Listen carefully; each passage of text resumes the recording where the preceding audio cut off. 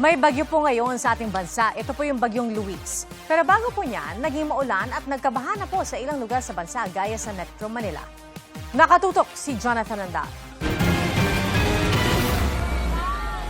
Buwis buhay na sinuong ng lalaking yan ang rumaragasang tubig ng Macar River sa General Santos City. Saglit siyang nakatuntong at huminto sa isang concrete pipe sa gitna. Di nagtagal, sinuong niya uli ang madulas at maputik na tubig. Ligtas na nakatawid ang lalaki.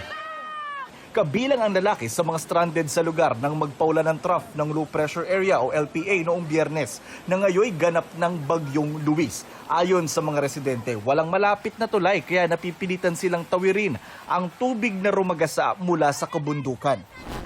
Sa Bay City, Negros Oriental, halos tangayin ng isang bata at iba pang residente habang tinatawid ang Kabanlutan River. Sa lakas ng agos, maski mga kalabaw nahirapang makatawid. Sa Sibulan, buwis-buhay rin ang pagtawid ng mga residente sa umapaw na spillway sa Barangay San Antonio. Kabi-kabila rin ang baha sa iba pang bahagi ng Negros Oriental.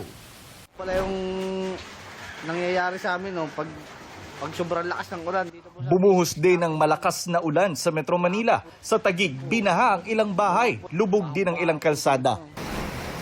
Ramdam sa Isabela ang mga pag-ulang dala ng bagyong Luis. Sa Catanduanes, ipinahinto muna ng Philippine Coast Guard ang paglalayag. Stranded naman ang mahigit 300 pasahero sa Tabaco Port Albay. Sinuspinde rin ng PCG ang paglalayag sa Northern Quezon, kaya mahigit 100 pasahero ang stranded. Jonathan Andal, Nakatutok, 24 Oras.